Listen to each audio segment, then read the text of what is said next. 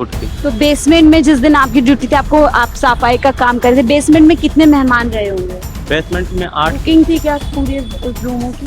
सारे बिल्डिंग में बुकिंग थी, सब में गेस्ट आए थे। पहले लगा था बेसमेंट में आग, बेसमेंट में आग लगी थी पहले बेसमेंट पे लगा, फिर आया ग्राउंड पे, फिर वहाँ से ग्राउंड में जितने भी थे सब में आग पकड़ लिया, फिर धुआं धुआं हो गया सब में। लगा नहीं था लोग बच पाएंगे। तब उस टाइम पे बाल्टी आया हाथ में, बाल्टी से कांच तोड़े, फिर बाथरूम चढ़ के, फिर ऊपर चढ़ के, फिर तीनों को निकाले, तब हाँ कि थोड़ा लगा कि अब बच जाएंगे। दिल्ली का एक होटल अग्निकांड में तब्दील हो जाता है और उसके बाद अब कई सवाल सामने हैं।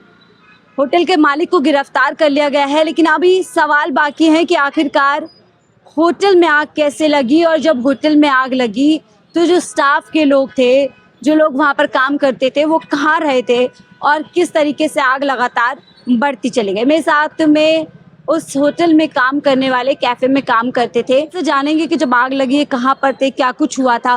क्या नाम है आपका? राज नंदन। राज नंदन। नंदन। तो जब राज, कितने टाइम से आप यहाँ नौकरी कर रहे थे? 2 महीने हुए थे मेरा। 2 महीने से नौकरी कर रहे थे। क्या काम था आपका वहाँ पर? हाउस कीपिंग का। हाउसकीपिंग का।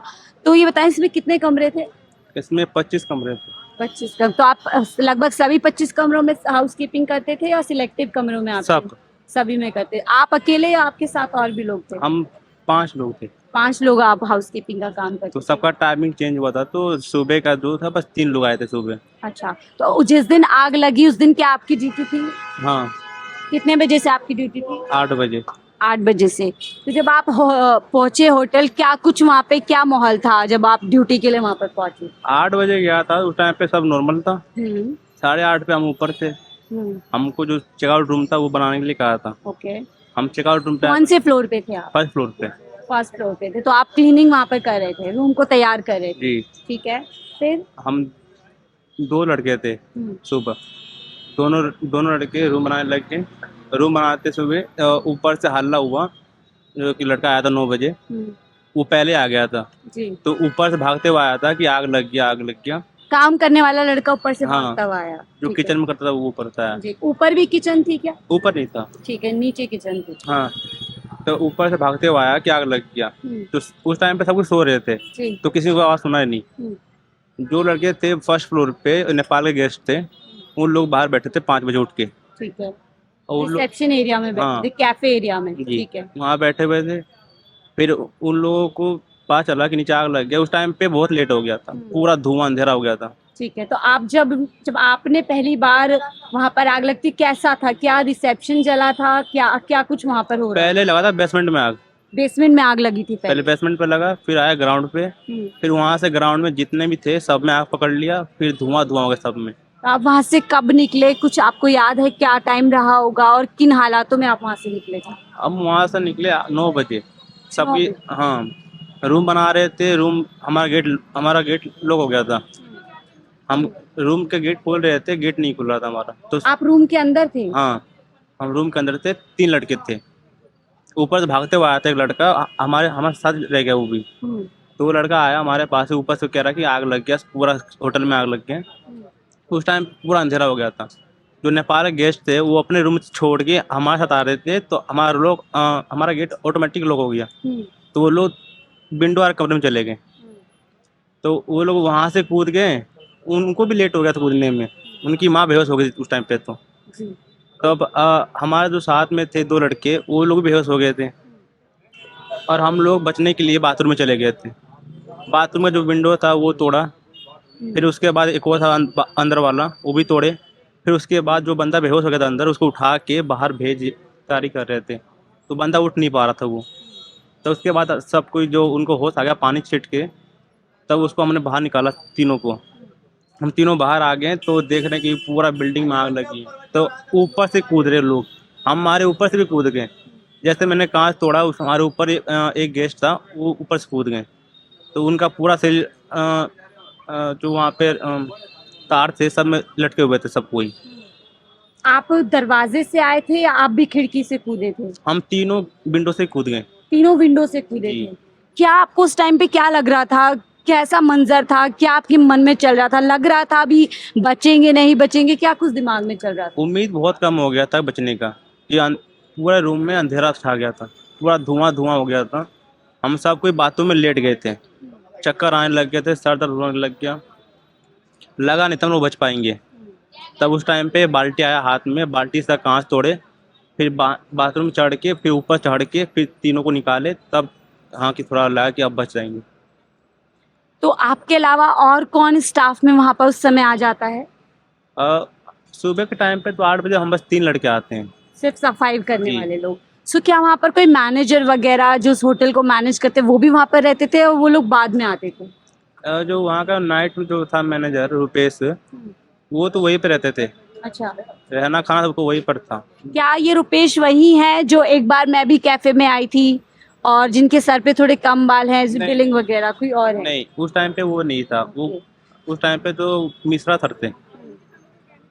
रुपेश सर तो पतले हैं और लंबे थोड़ा सा, वो गांव गए थे, वो अब आए हैं।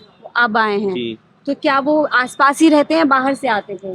नहीं, उनका एक भाई है, दिल्ली में ही है, पर पता नहीं कहाँ पे है वो। तो वो रहना खाना यहीं पे था, सोना यहीं पर थे सब कुछ।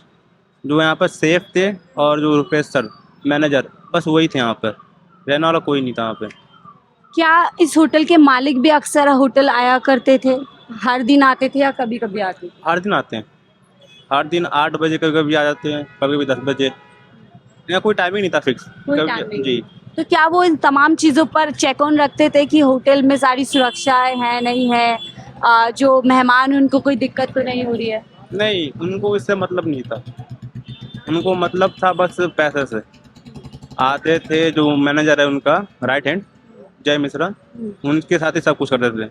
जय मिश्रा उनका जी। राइट हैंड है। आपने देखा है उनको, जय मिश्रा? सबको देखा है। आपके पास संपर्क नंबर भी है उनका? नंबर है पर नंबर अभी बंद है। बंद नंबर है। तो एक बात ये बताइए कि जब आप वहां से गिरे, कोई आपको चोट वोट भी लगी थी?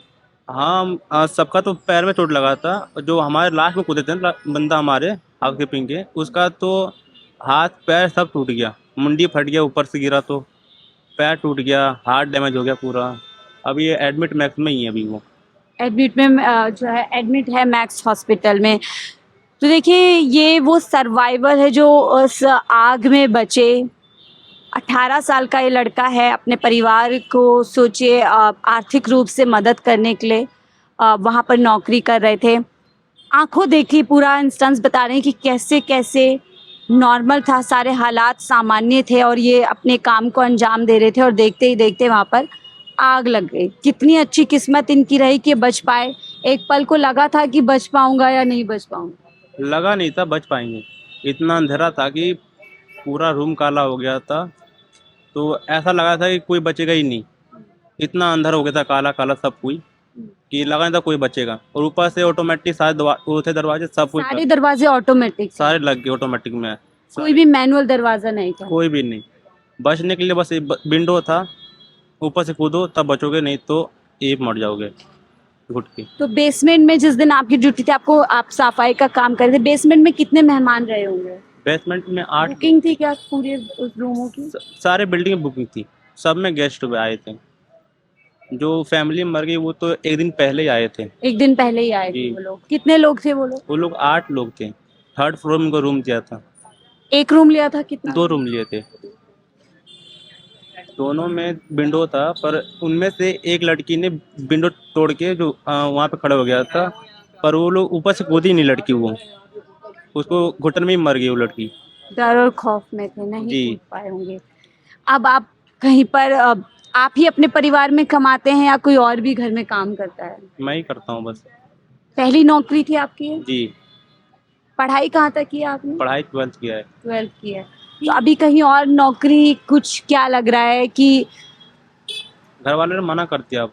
काम करने से? हाँ, डर में है वो आपकी सुरक्षा को सब लेकर? कोई डर में है ना, इसीलिए कह रहा कि काम मत करो अब। जब आप मिले परिवार वालों का क्या एकदम क्या रिएक्शन था जब उन्हें आप सही अवस्था में मिले? बहन और माँ तो घर पे ही थी, उनको पता नहीं था। उनको बताया गया तो वो लोग रोते हुए आए थे, सबको आवाज़ दे रहे थे, ढूंढ रहे थे। सबके आंखों में आंसू थे कि ठीक है कि नहीं है, कि ऊपर फंस नहीं गया है। सबको डर होता है ना। सबको डर होता है और कहा जाता है क्या आप लोगों को भी आर्थिक रूप से मदद देनी चाहिए सरकार को, जिनका अब रोजगार भी हट गया और जैसे तैसे आप वहां से बच करके आए? हम लोग जिंदा बच गए तो हमें तो कुछ नहीं चाहिए, तो डैमेज है उनको होना चाहिए। तो कहा जाता है जाको राखे साइया मार सके ना कोई, बहुत ही खूब कहा है। और कुदरत ऐसी ही होती है शायद। कुछ लोग जो है उस आग में चाहकर भी नहीं बच पाए और कुछ लोग इतने किस्मत से रहे।